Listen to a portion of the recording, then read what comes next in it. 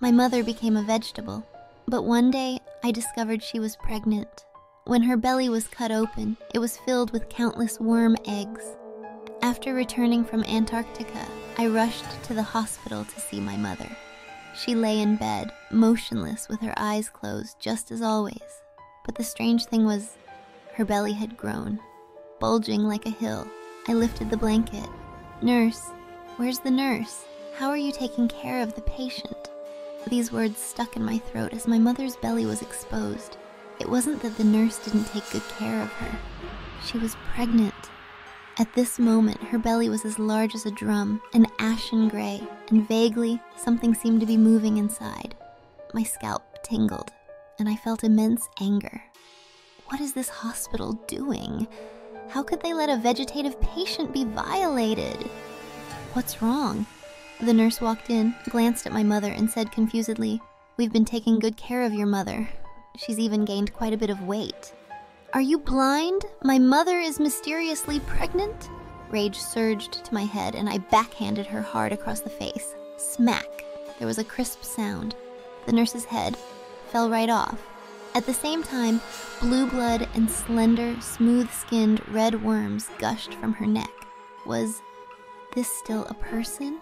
Cold sweat trickled down my back, and I instinctively wanted to run, but my legs felt like they were filled with lead, unable to move.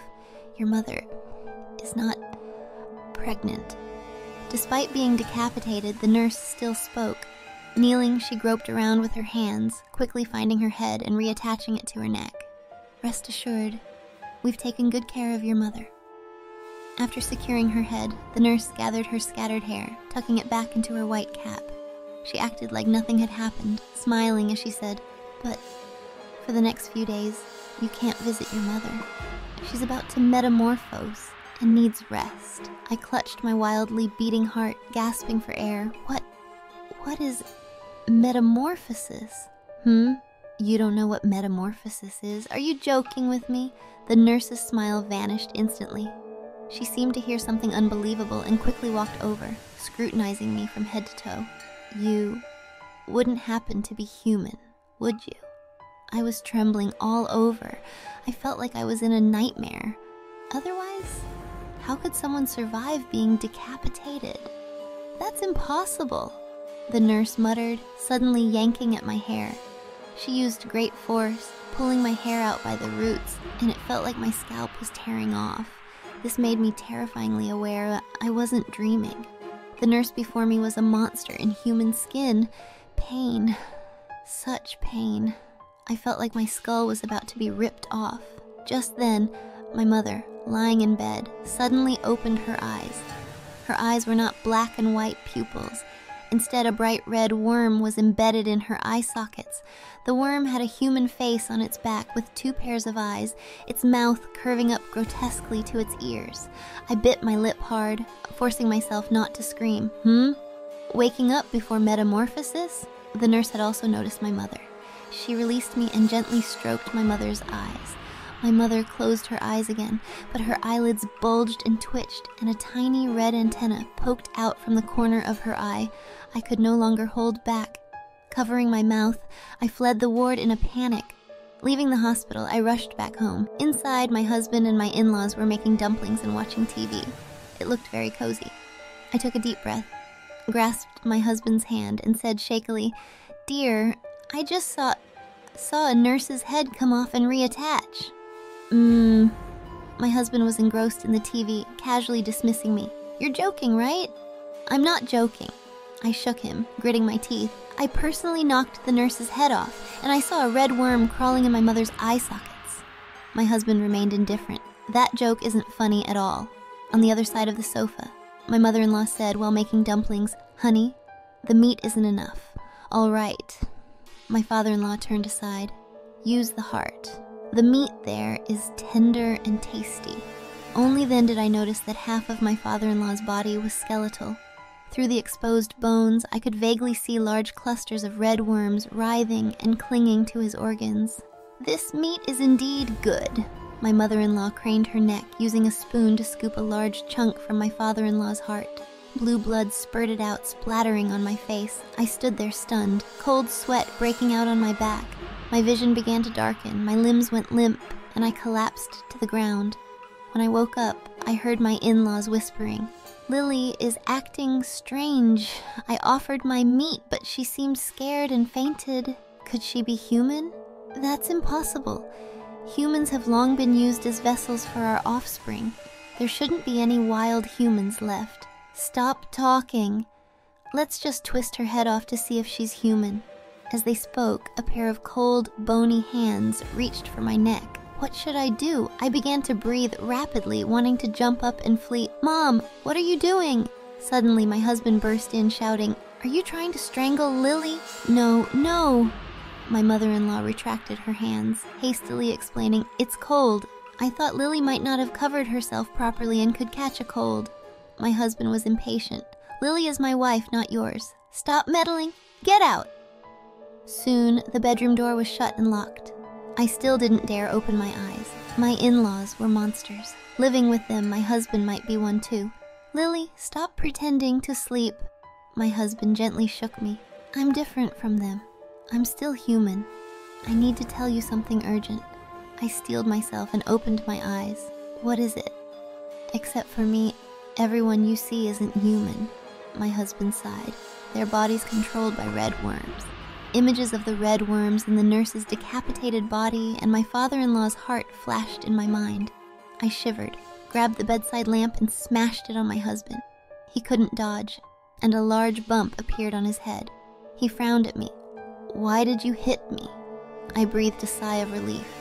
Humans controlled by red worms were like stitched dolls, easy to break and reassemble, but my husband's skin remained intact despite being hit. This reassured me that my husband was trustworthy. I collapsed into his arms. "Dear, what's going on?" "This infection started 3 days ago. The water contains red worm eggs. Drinking the water, people become infected and controlled by the worms. People controlled by the worms only want to eat human flesh and reproduce." I blurted out, "Why weren't you infected?" My husband stroked my hair. "I only drink bottled water. Water causes infection." My mind raced, and I suddenly thought of my father. He returned on a later flight and didn't know about the infection yet. I hurriedly called him, "Dad, where are you?" His voice was intermittent, the signal poor. "I'm going to see your mother in the hospital elevator." "Why?" I shouted anxiously. "Dad, don't go to Mom. Come to me now. The nurses aren't human. They're monsters." "What? What monsters?" "The signal is bad. I'll talk to you later." There was a click, and the call was disconnected. A few minutes later, he video called me. On the screen, he was furious, with controlled nurses in the background. "Lily, your mother is pregnant. Come here now." My heart skipped a beat. "Dad, come to me first. I have something important to tell you." "What's more important than your mother being impregnated by someone?" My father had a bad temper.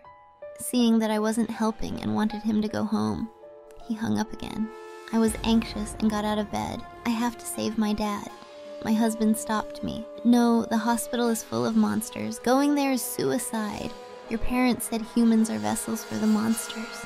My mom is a vegetable and wouldn't be infected by drinking water, so why is her belly full of worms?" I clutched my phone, tears streaming down. I can't let my dad become a vessel for worm eggs like my mom. I still had a glimmer of hope.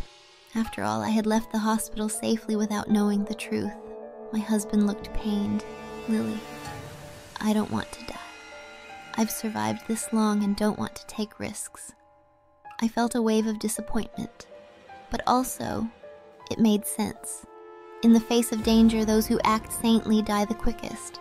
My husband wasn't a saint, which is why he had survived until now. Moreover, if it were up to me to risk my life to save his father, I wouldn't be willing either. "Lily, I can't stop you from going to the hospital, but I can tell you the secret to my survival." As I was about to leave, my husband held my hand, looking guilty. "Red worms are low-level creatures. As long as you stay calm, they'll mistake you for one of them." I couldn't help but ask, what if they find out I'm human?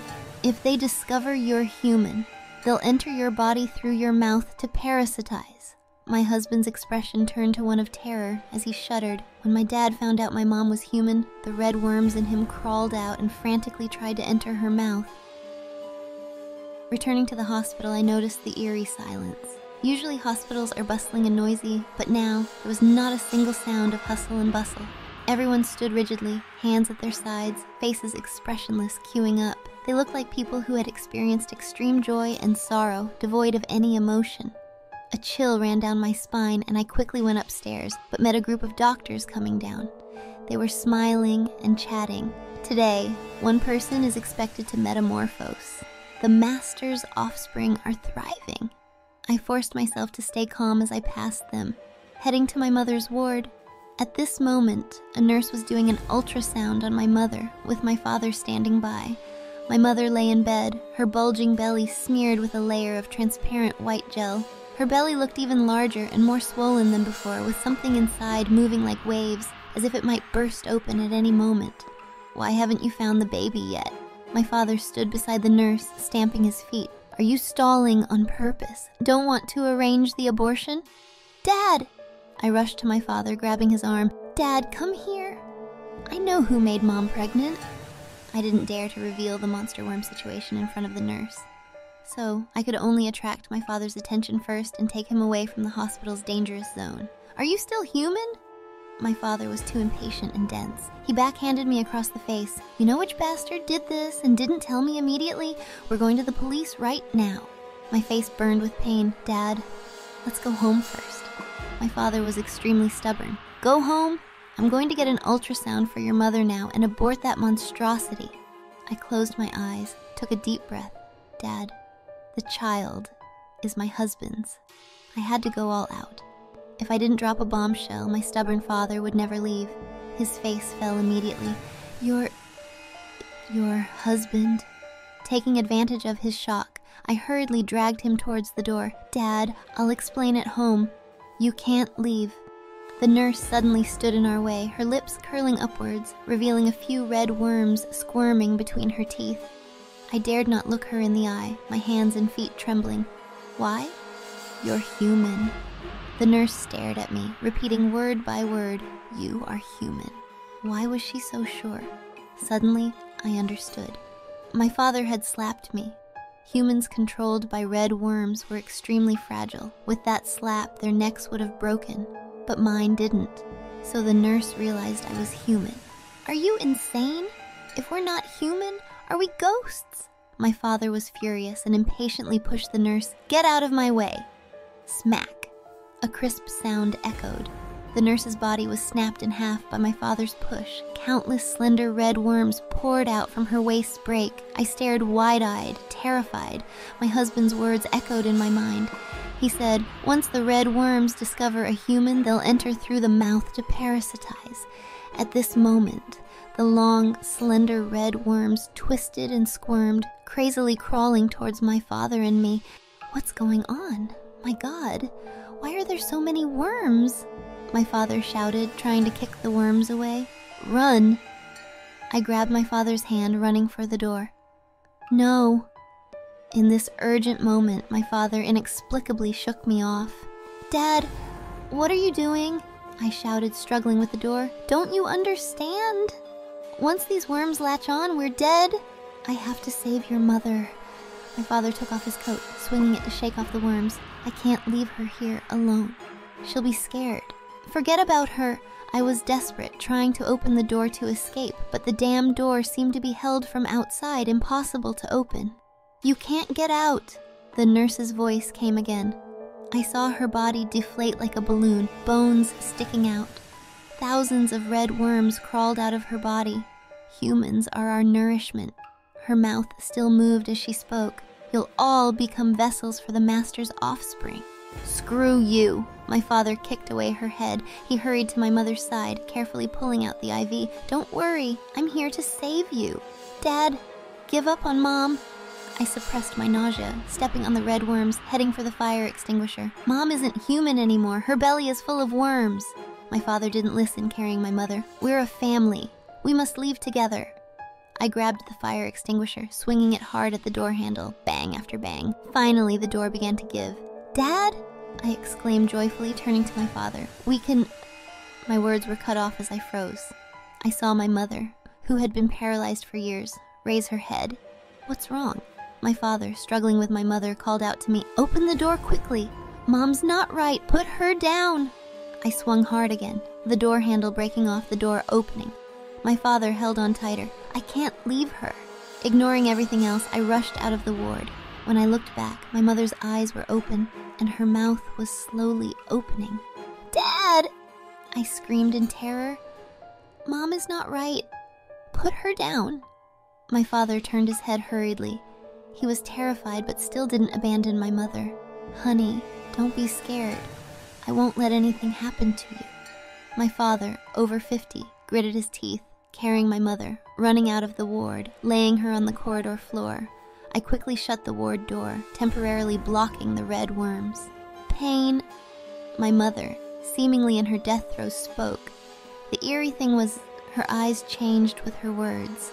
Sometimes it was the human-faced red worm, sometimes the black and white pupils. But the black and white pupils looked pitted, as if they had been gnawed. It hurts. My mother's face contorted in agony, her dry arms with bulging veins clawing at her belly. What should I do? My father hurriedly lifted my mother's clothes. Her belly looked like a cluster of razor clams emerging from the sea, something protruding everywhere, extremely horrifying. "You can't escape!" Suddenly my mother's tone changed. She reached out for me. Her eyes glowed red, staring at me. "You will also become a vessel for the Master's offspring." I instinctively backed away, not daring to approach. My mother lowered her hand again, writhing in agony, clawing at her belly. "It hurts so much. Cut open my belly." My father, helpless, pushed me. "Go get a knife!" I fell to the ground. "Dad, are you crazy?" My father, eyes red, shouted at me, "Go!" I noticed the red worms had already started crawling out of the ward door's cracks towards us. These worms, although seemingly aggressive, didn't appear very dangerous. This thought slightly calmed my fear. I ran to the doctor's office, grabbing a pair of scissors and running back. "Dad, hurry up!" I threw the scissors to my father. "The whole hospital is full of monsters. We need to get out quickly." At that moment, I really wanted to scold my father harshly. He was too stubborn, knowing my mother wasn't right. Yet, he insisted on staying. "Dad, give up on Mom," I shouted again. "If Mom were still clear-headed, she wouldn't want us to die with her." Just then, footsteps echoed from the corridor. My heart sank. The entire hospital was infected. If they discovered my father and I were human, we'd be doomed. Suddenly my mother let out a painful wail. She sat up abruptly, snatching the scissors from my father, stabbing her belly. My mother's belly was cut open. It was filled with countless worm eggs. These worms were entirely different from the slender red worms in the nurse's body. Not fully hatched, they had the shape of tiny ladybugs, round bodies, bright red, with human face-like markings on their shells. Thud, thud. Footsteps in the corridor grew closer. Simultaneously, the door behind us, crowded with red worms, started banging loudly. In a few seconds, the door collapsed. Countless red worms swarmed out. Down the corridor, a group of people in white coats emerged slowly, their necks twisted, faces filled with a mix of greed and anger. The Master's offspring didn't hatch successfully. No matter, there are still 2 wild humans here. I was trembling all over. Fear gripped my heart, engulfing my entire body. If they caught my father and me, our fate would be to become vessels for the red worms. No, I didn't want to die. I absolutely refused to die like this. "Dad, run!" I shouted at my father, grabbing a nearby chair and smashing it at the mutated doctors. The chair hit them, their skin bursting open, releasing countless red worms that fell to the ground, wriggling towards us. Despite the horror before him, my father remained still. Frantic, I pushed him, yelling angrily, "Aren't you going to run?" He stumbled, bent down, and with trembling hands caressed my mother's face. "It's these damn worms. I'll get you out of here. You'll be okay." He picked up my mother, turned to me and said, "We must leave together as a family." At this moment, my mother was covered in red worms. Many had already climbed onto my father. The worms were inching towards his neck, seemingly ready to burrow into his skin any second. My father was too stubborn. I couldn't change his mind. "You won't escape. You'll all become vessels for the Master's offspring. Humans are food." destined to die. The group of doctors spoke in unison. After being knocked down, they stood up again, closing in on us. I swung the chair at them again. They fell. After a few rounds, I realized they weren't very strong. This slightly eased my fear. Suppressing my nausea, I swung the chair, clearing a path. Soon, my father and I entered the elevator. As we exited, the lobby was filled with people staring at us like zombies. Gripping the chair tightly, I shouted at my father, "Dad, once we're out of the lobby, we'll be safe," but he didn't respond. All I heard was the sound of worms burrowing into flesh. I turned back, horrified. My father was covered in red worms, only his terrified eyes and gaping mouth visible. His mouth seemed to be saying, "Run! Dad!" Fighting tears, I shouted at him, "Ding!" The elevator door opened again. A flood of red worms poured out, swallowing my father whole. The parasitized doctors, holding their heads, repeated in chilling tones, "You won't escape? Surrender to the master's offspring? No, I'd rather die than be parasitized by red worms." Taking a deep breath, I mustered all my strength and broke through the horde of parasitic humans running towards the main entrance. I ran for a long time, so long that my heart felt like it would explode from lack of oxygen. But I didn't dare look back, didn't dare glance behind, fearing that if I did, worms would pounce on my face. Eventually, I collapsed, exhausted, by a flower bed near a supermarket entrance. Gasping for breath, I looked around cautiously. No red worms were chasing me. I sighed in relief, covering my mouth as I cried. My mother was dead. My father was dead. I had no family left. In the depths of my despair, I realized the entire city was infected. Now, I could only return to my husband's place. Just as I got up, I noticed figures moving not far away. Were the parasitic doctors here? Panicking, I hid under the supermarket checkout counter. "Hurry, hurry, get the supplies before those things show up." A deep voice sounded as a group of people rushed into the supermarket. Men and women in various camouflage uniforms. They looked like soldiers, but not quite. Judging by their conversation, they didn't seem to be parasitized. "What's going on here?" As I was lost in thought, a voice demanded. A man pointed a gun at me. All eyes turned to me. I'm human, not infected. Startled, I raised my hands. Who are you?" The man scrutinized me, gun still raised. After a tense few seconds, he lowered it. "I'm Mike. We're survivors of the red worm infestation."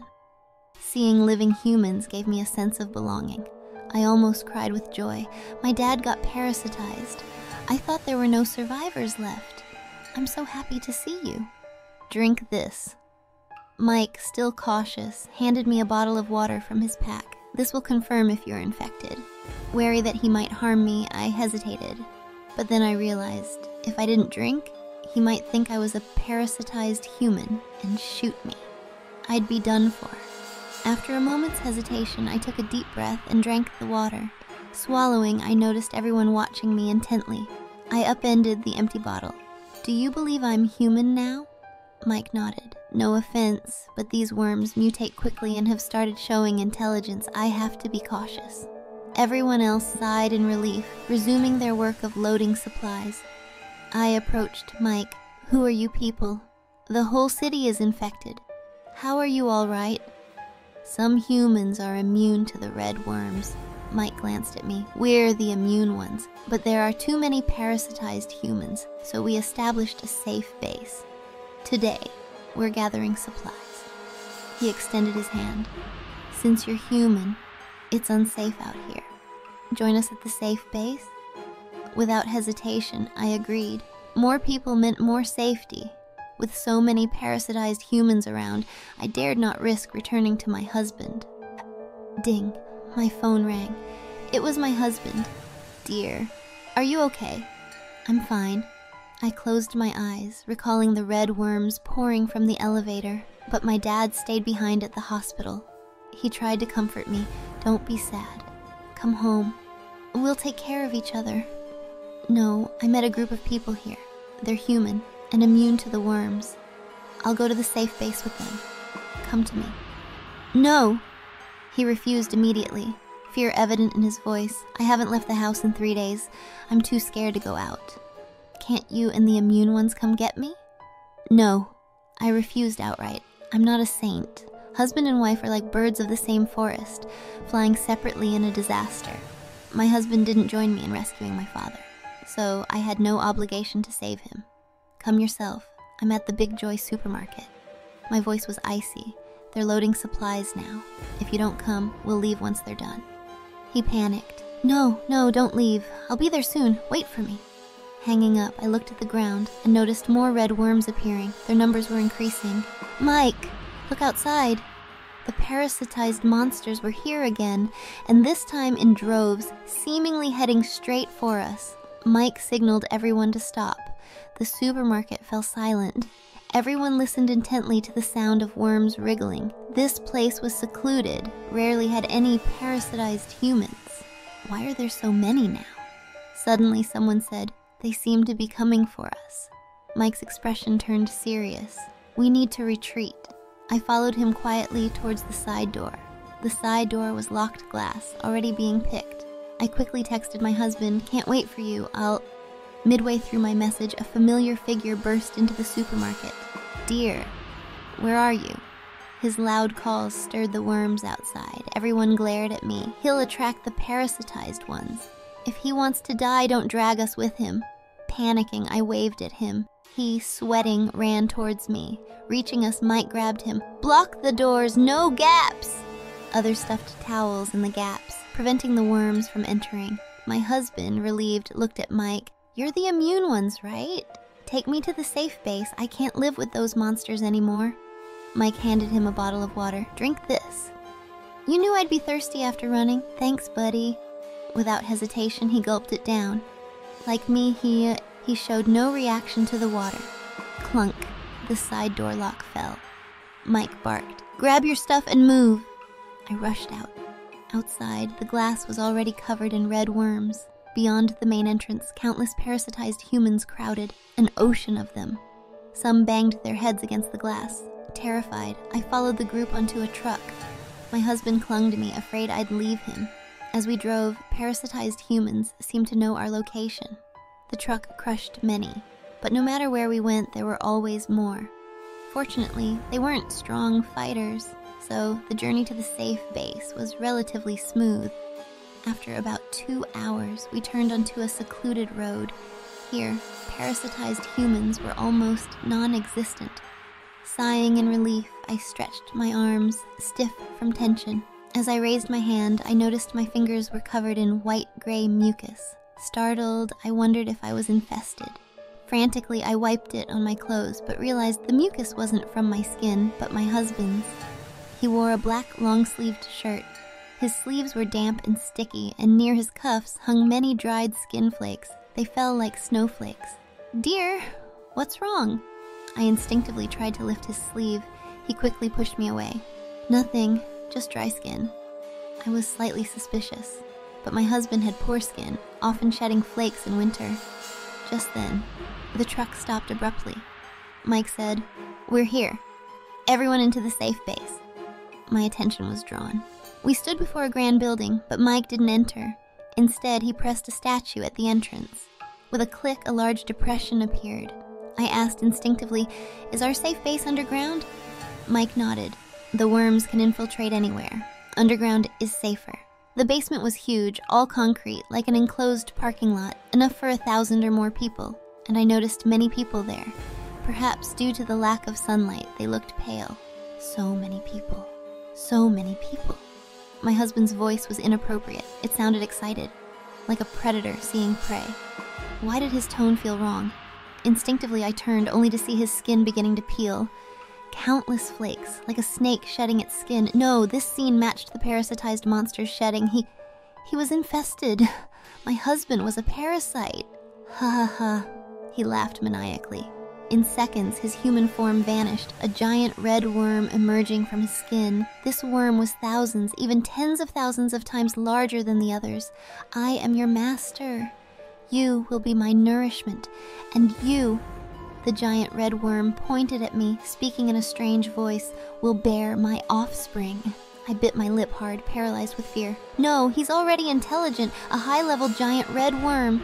Mike reacted quickly, grabbing my hand, running towards safety. As we ran, he explained, red worms in low-level mutants are numerous tiny worms.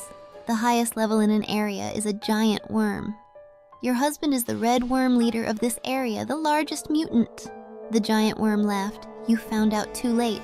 Thanks for bringing me to the safe base. Haha. I knew you weren't human. Mike suddenly let go, turning to the worm. This isn't a safe base, it's your grave. The people who had been fighting the worm pulled out guns from their sleeves, shooting at the giant red worm, but its thick skin wasn't harmed by bullets. The worm laughed. You will be my offspring's food, haha. Nervous, I looked at Mike. What now? I'm sorry, I shouldn't have brought it here. Mike smiled, pointing upwards. This isn't a safe base. It's a trap for the giant worm. I looked up, seeing a huge container filled with liquid. What is that? Boiling salt water. Mike held a black remote, explaining red worms, high or low level, fear salt water. When I press this, the salt water will fall, turning this giant worm into blood. Hearing this, the giant worm let out sharp, urgent screams. Thud, thud, thud. The steel door of the basement was being hit hard. No use, this door is welded shut, and the outer layer is covered in coarse salt. Your worms can't get in. Mike smirked, directing everyone to block the worm's movements with salt water. I grabbed a bucket for defense. Dear, are you really going to help them against me? I won't parasitize you. You'll have endless wealth and jewels. Just let me go. The giant worm snarled at me. Damn your wealth! I splashed a bucket of salt water at it. Monster, die! My parents' tragic deaths were all it's doing. The salt water sizzled, the worm's skin smoking. It screeched, lunging at me. Dodge, Mike shouted, tackling me to the ground. At the same time, he pressed the button.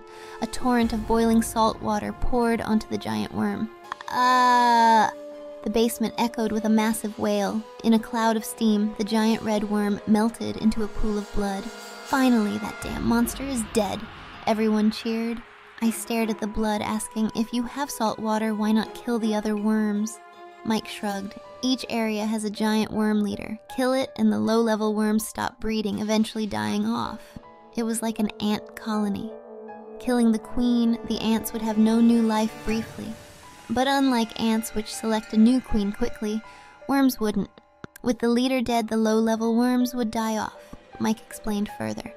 My husband had gained some intelligence, knowing refusal to drink water would arouse suspicion, preventing entry to the safe base, so he pretended to drink. Despite appearances, his face still twitched from the salt water. Mike noticed this tiny movement. Thus, he set a trap leading him here. The basement wasn't a safe base. It was a tomb for exterminating worm leaders. I nodded, feeling a surge of fear. Over time, giant worms would grow more intelligent. Would traps like this still work then?